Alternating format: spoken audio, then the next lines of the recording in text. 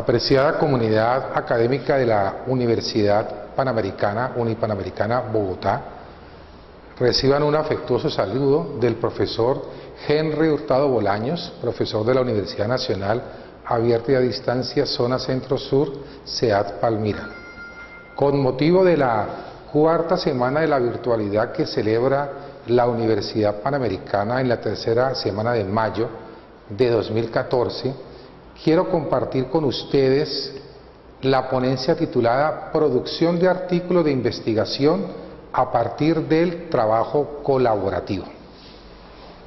Para empezar, digamos que existen dos modalidades de educación superior, principalmente, que son la modalidad presencial y la nueva modalidad abierta y a distancia, educación a distancia, mediada por virtualidad o sin mediación virtual.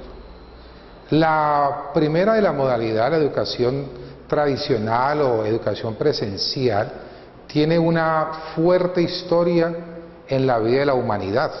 Desde las primeras universidades en el Renacimiento, siglo XIX, todo el siglo XX y hasta ahora, la educación superior presencial tiene una fuerte importancia y una gran credibilidad dentro de la comunidad académica. La nueva modalidad de educación superior llamada educación a distancia, digamos que tiene una historia aproximadamente de unos 50, 60 años, cuando por allá en 1950, 1960, algunos entidades técnicas desarrollaban cursos a distancia donde enseñaban oficios. Luego, por allá en 1970, 1980, el gobierno nacional creó el bachillerato por radio, que se transmitía por Radio Sutatensa, por ejemplo. Y muchos estudiantes campesinos, trabajadores, obreros, se hicieron bachilleres en esta modalidad. La modalidad se caracterizaba porque los estudiantes tenían unos módulos que seguían a través de la radio y a veces también a través de la televisión. En los años 1980-85, Unisur fue pionera en la producción de módulos a educación a distancia y tuvo un gran auge también en la sociedad colombiana. Y ya en el siglo XX, con el avance de las tecnologías de la información, de la informática, de las comunicaciones, pasamos a la educación superior a distancia, pero bajo mediación virtual, es decir, utilizando TICs, que permiten a los estudiantes tener un mayor acercamiento al proceso educativo.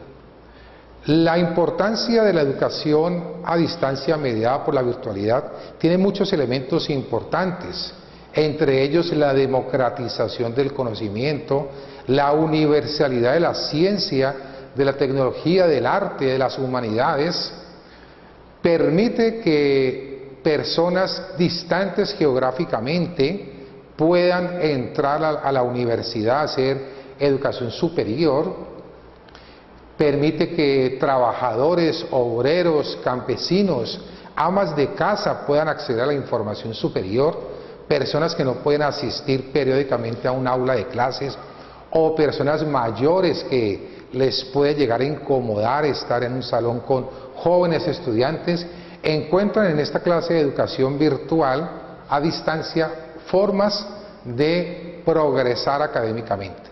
Incluso se hacen tecnologías, carreras universitarias, especializaciones, maestrías y doctorados. Los doctorados en esta modalidad también son muy importantes, las maestrías. Aquí podemos hablar de movilidad y de internacionalización a través de la web. La Universidad Panamericana ofrece también la modalidad de educación superior mediada por la virtualidad con su campus virtual que aloja un sinnúmero de estudiantes en diferentes programas académicos. Una característica fundamental de esta clase de formación, de esta clase de educación, es la autonomía que desarrolla el estudiante en su formación, la creatividad, el trabajo en equipo, la innovación. Una característica fundamental en la cual queremos hacer énfasis y que es el motivo principal de la Semana de la Virtualidad en la Unipanamericana es el trabajo colaborativo. En palabras sencillas, el trabajo colaborativo es lo que llamaríamos en la educación presencial trabajo en grupo, pero con una característica, que los estudiantes pueden encontrarse geográficamente en distintas partes del país o del mundo. Un trabajo colaborativo puede estar conformado por un estudiante que vive en Bogotá, otro que vive en San Agustín Huila, otro que vive en Nazaret, Guajira, otro que vive en Moscú, Rusia, y por ejemplo otro que viva en Madrid, España. ¿Cuál es la ventaja de esta dispersión de los estudiantes a través de la geografía? Que podemos hacer investigaciones en lugares distantes al cual nosotros nos encontramos. Es decir, si vivimos en Bogotá, todos en Bogotá nos cuesta trabajo, recursos, tiempo, dedicación a hacer un trabajo en Sincelejo. Pero si en el grupo hay personas que viven en Sincelejo, perfectamente podemos desarrollar un trabajo de investigación.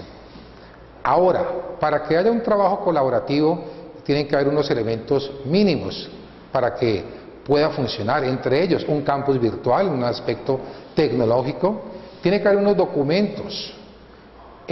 Uno de ellos es la guía de actividades, o lo podemos llamar el manual de trabajo.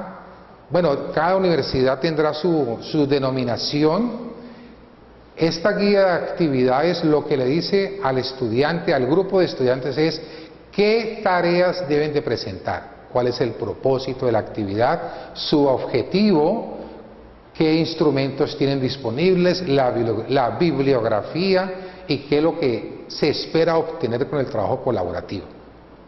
También incluye una rúbrica de evaluación o una escala de calificación o una libreta de calificación donde el profesor tiene los criterios para hacer la evaluación y donde los estudiantes también pueden hacer su propia autoevaluación.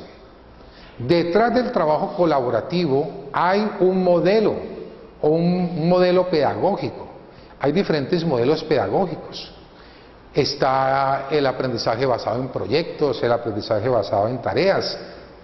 Quiero compartir con ustedes este modelo, el aprendizaje basado en la investigación, donde el estudiante aprende a hacer investigación, practica la investigación, hace investigación haciendo y tiene como producto principal un artículo de investigación. Es decir, que el producto será un documento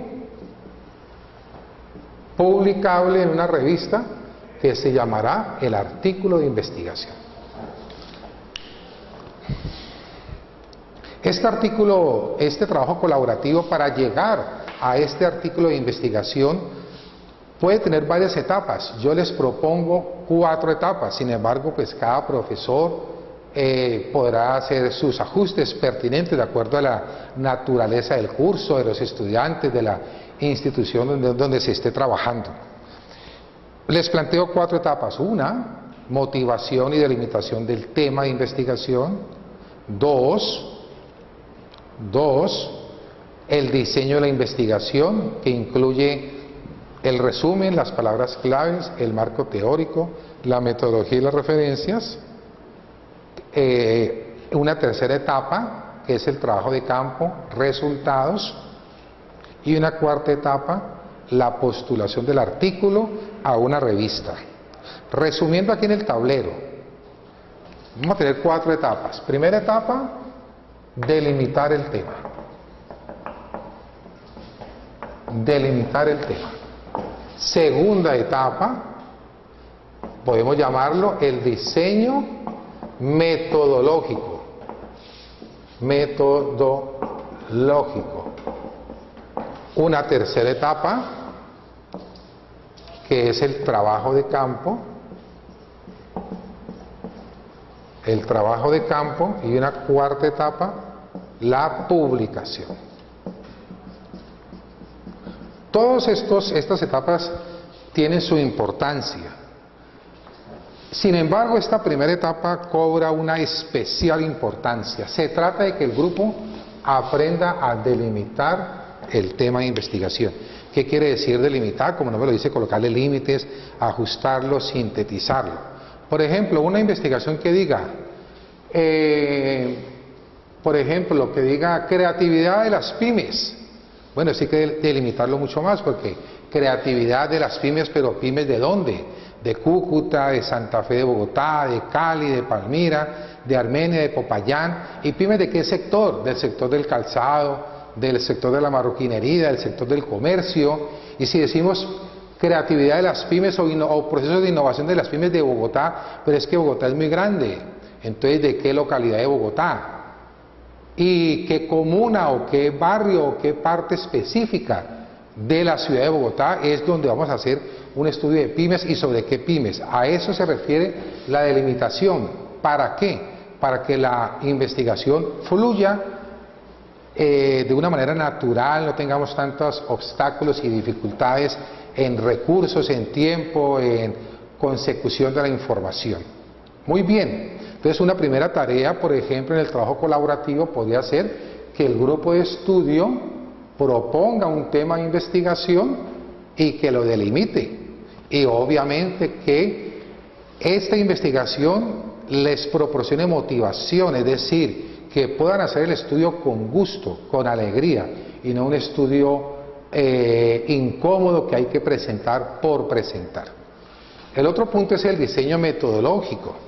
En el diseño metodológico vamos a incluir los siguientes términos: el resumen, las palabras claves, el abstract es el resumen en inglés, las keywords, las palabras claves en inglés, el marco teórico,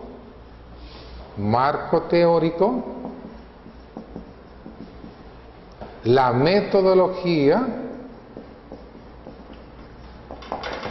y las referencias. Todo esto hará parte de una segunda actividad, una segunda etapa para manejar con los estudiantes, que escriban el resumen, las palabras claves, el abstract, las keywords, el marco teórico, la metodología y las referencias. Ahora, el resumen, ¿qué es? Escribir en 1 o 2 párrafos de qué se trata la investigación, el artículo de investigación, cómo se hizo, cuándo se hizo, dónde se hizo, por qué se hizo, y al final de la investigación regresar nuevamente al resumen y escribir la conclusión principal del estudio. Las palabras claves del estudio, por ejemplo, si la investigación se llama, por ejemplo, innovación en pymes de calzado en la localidad X de Bogotá 2014, las palabras claves serían innovación y pymes. Entonces aquí colocamos palabras claves, innovación y pymes. Que el estudiante aprenda, el investigador aprenda a identificar cuáles son las ideas principales o palabras claves de su investigación. El abstract es el resumen traducido a una lengua extranjera, en este caso inglés, aunque también podría ser francés, portugués u otra lengua comúnmente utilizada en el lenguaje científico. Las palabras claves. El marco teórico. En el marco teórico, el estudiante investigador aprenderá a través del trabajo colaborativo a desarrollar estas palabras claves, en este caso innovación y pymes, desarrollarlas en el marco teórico, pero fundamental, no son opiniones, no son ideas, sino que aprendan a escribir el marco teórico, pero citando los investigadores que ellos han leído como base teórica para este artículo. El marco teórico, vamos a citar investigadores que hayan escrito material, No colocar allí, por ejemplo, no que el profesor X ilustre de la universidad tal me dijo una vez. No, tiene que ser un documento, un término que esté documentado, que esté escrito y que esté publicado. Eso hará parte del marco teórico. Y la metodología, en la metodología vamos a explicar cómo se hizo la investigación, de qué manera es la investigación, qué clase de investigación es, el cálculo de la muestra, de la población y finalmente las referencias. Hay que aclarar que hay que escribir el artículo en una norma, puede ser en una norma de publicación, puede ser en ICONTEC, puede ser en APA, etcétera. Muy bien. Vamos ahora aquí con el marco teórico. Ya decíamos que es el desarrollo del sustento teórico del artículo a partir de las palabras claves, usar una norma de escritura, APA, ICONTEC, etcétera. Y en la metodología, bueno, vamos a borrar aquí un momento el tablero porque se ha llenado mucho de términos para entrar a la metodología. Hay que tratar de escribir la metodología de la manera más técnica posible. De la manera más técnica posible. Es decir, de una forma tal que se pueda replicar por otros investigadores con los mismos parámetros. ¿Y cuáles son los parámetros? El estudio, ¿qué clase de estudio es? ¿Es un estudio cuantitativo? ¿Es un estudio cualitativo? ¿Es un estudio mixto? Pero cualquier parámetro que usted como investigador diga o afirme en la metodología tiene que verse en los resultados. Si usted dice que su estudio es mixto, quiere decir que habrá toma de interpretación de datos cuantitativo y cualitativo. Si usted ve que no le alcanza el tiempo o que usted ve que los recursos son insuficientes, usted mejor diga, mi estudio es, por ejemplo, cuantitativo. La investigación que usted está escribiendo es descriptiva, explicativa o relacional. Descriptiva muestra las características de un fenómeno de estudio, explicativa responde al porqué y el relacional a la interrelación entre una o más variables, una llamada independiente y otras llamadas variables dependientes. El estudio es transversal o longitudinal, esto se refiere a la toma de datos. Transversal es esto, que este es el tiempo, los datos se tomaron aquí en un solo momento. Esto es transversal, una sola toma de datos. O longitudinal, los datos se tomaron en varios periodos de tiempo. En varios periodos de tiempo y con ellos se hicieron, por ejemplo, comparaciones. Tenemos que hablar de la población, qué población vamos a estudiar, cuál es el tamaño de la población, el nivel de confianza, el margen de error, la probabilidad de ocurrir y de no ocurrir, o sea, los valores de P y Q, y con base en la población, en el nivel de confianza, en el margen de error, en la probabilidad de ocurrencia, en la probabilidad de no ocurrencia, entonces calculamos el tamaño de la muestra. Tamaño de la muestra. Muy bien. Ya con el tamaño de la muestra entramos a construir un instrumento de recolección de datos que puede ser una encuesta, puede ser una entrevista estructurada, si es cualitativa una observación, una etnografía, pero cualquiera que sea el instrumento de recolección de datos, sobre todo si son cuantitativos, es necesario medir la confiabilidad del instrumento. La confiabilidad del instrumento, para ello hay varias técnicas. Una es el alfa de Cronbach. Esto lo podemos hacer por SPSS. Hacemos una prueba piloto de unas 10 encuestas diligenciadas. Entramos a SPSS.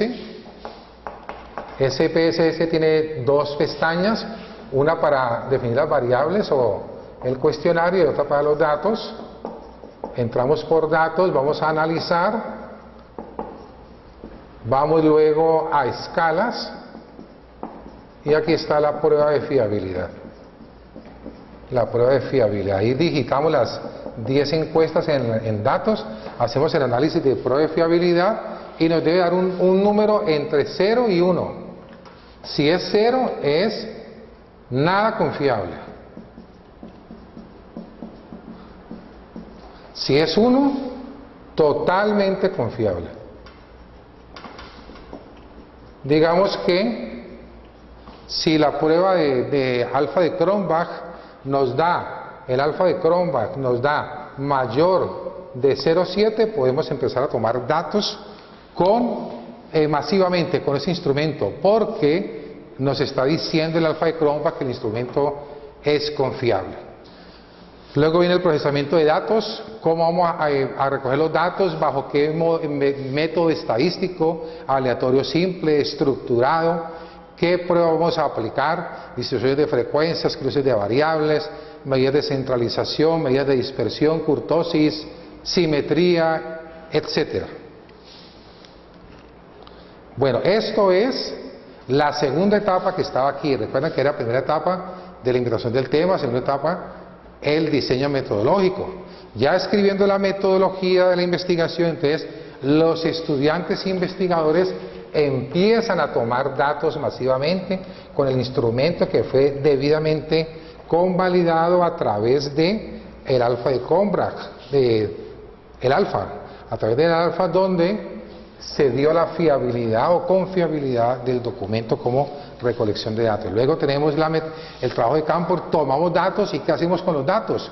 Podemos sacar frecuencias, tablas de relación, medidas de centralización, de dispersión, correlaciones, simetrías, kurtosis, grupos focales, que es una técnica cualitativa, observaciones, diarios, etnografía. ¿Cómo puede ser en resultados una frecuencia? Digamos que aquí tenemos la variable género. Entonces ponemos aquí femenino, ponemos aquí masculino, ponemos aquí total, ponemos aquí casos, porcentaje y porcentaje acumulado. Entonces decimos que entrevistamos, por ejemplo, 100 personas, 60 eran mujeres, 40 eran hombres, total 100, 60%, 40% de hombres, acumulado 60% de mujeres, hombres y mujeres 100%, sumando 60 más 40, 100%. Este es un ejemplo de frecuencias.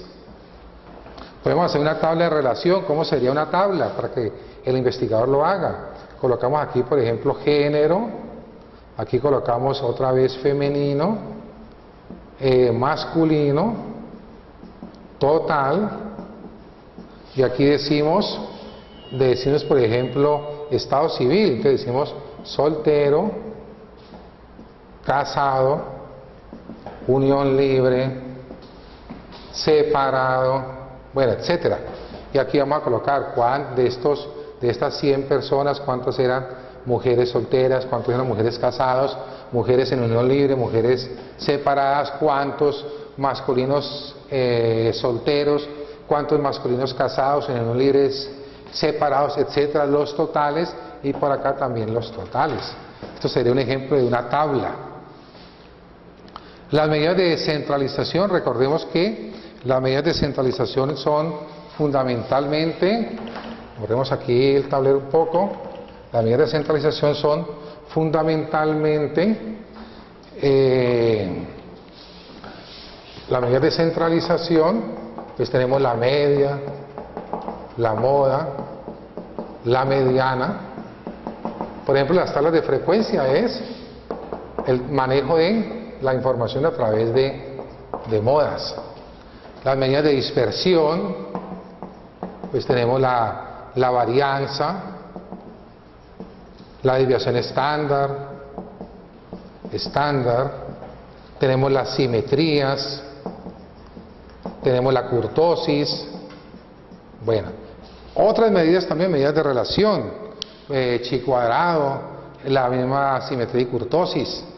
Muy bien, este es el trabajo de campo que hacen los estudiantes, y ya con base en todo lo anterior, entonces los estudiantes deben de tener un artículo terminado, pero un artículo terminado que ha sido revisado por el profesor o profesora, que es un experto en el área de investigación que están trabajando.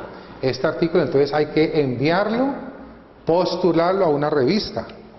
Pero ¿a qué revista? Tenemos que identificar el área o temática de la revista, verificar su pertinencia con el artículo, la categoría de la revista, leer las pautas de publicación. De pronto esto, como lo hicimos aquí, de pronto allá en la revista hay otro ordenamiento, habría que ajustarlo, estar dispuesto a la revisión y recomendaciones, pero ya no del profesor, sino de unos pares externos de la revista, hacer las correcciones que ellos propongan y fundamentalmente no enviar un mismo artículo a varias revistas a la vez, solamente enviamos el artículo a una revista. Si pasado el tiempo no nos lo publican, preguntamos qué pasa con el artículo, no lo vamos a publicar, entonces allí sí mandamos el artículo a otra revista. ¿Qué es lo que pretendemos? Que nuestros estudiantes, pasado un tiempo, con la compañía de los profesores de la universidad, cuando hagan una búsqueda en Google de sus nombres, pues no aparezca que sutanito está en Facebook, Twitter, LinkedIn, y bueno, hay una cantidad de redes sociales, sino que ese estudiante, al hacer la búsqueda, ese estudiante aparezca, no, pues que escribió un artículo llamado La noción de empresario en la Universidad Libre, que escribió un artículo en el 2012 en la misma Universidad Libre sobre el modelo plural integral de atención primaria en salud, que escribió un artículo en la Universidad de la Costa, en la revista económica Cook, llamada Innovación en Pymes Artesanales de Morroa, Sucre, que escribió un artículo en la revista de Investigación Agraria y Ambiental RIA, que escribió otro artículo en la revista Estrategia Organizacional, etcétera. Es decir, que nuestros estudiantes tengan la mayor producción académica para sus grupos de investigación y para su propio desarrollo universitario. Esta es la meta que les quiero compartir, apreciados estudiantes. Bueno, muy bien, estuvo con ustedes en la cuarta semana de la virtualidad de la Universidad Panamericana, Unipanamericana, el profesor Henry Hurtado Bolaños de la UNAD. Hasta pronto.